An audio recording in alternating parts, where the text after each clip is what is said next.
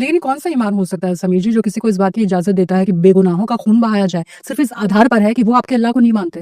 Exactly دیکھیے ایمان کا مطلب کیا ہے. ایمان کا مطلب یہ ہے کہ آپ کو اللہ پر، اللہ کے رسول پر، اللہ کی کتابوں کے اوپر بلیو کرنا ہے آنکھ بند کر کے.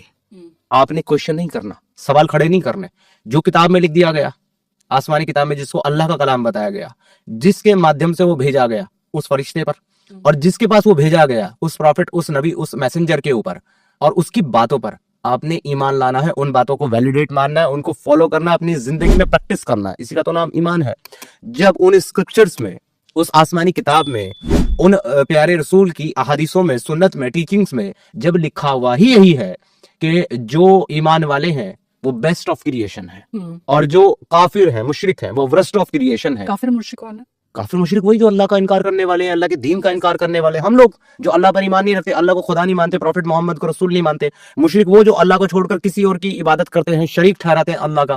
جیسے کوئی رام جی کو اپنا بھگوان مانتا ہے، کوئی شری کرشن کو مانتا ہے، کوئی مہادیو کو مانتا ہے، کوئی جیسس کو مانتا ہے، آئیڈل ورشپ کرتے ہیں. تو یہ سارے کے سارے کافر اور مشرک ہیں اور آئیڈل ورشپر ہیں.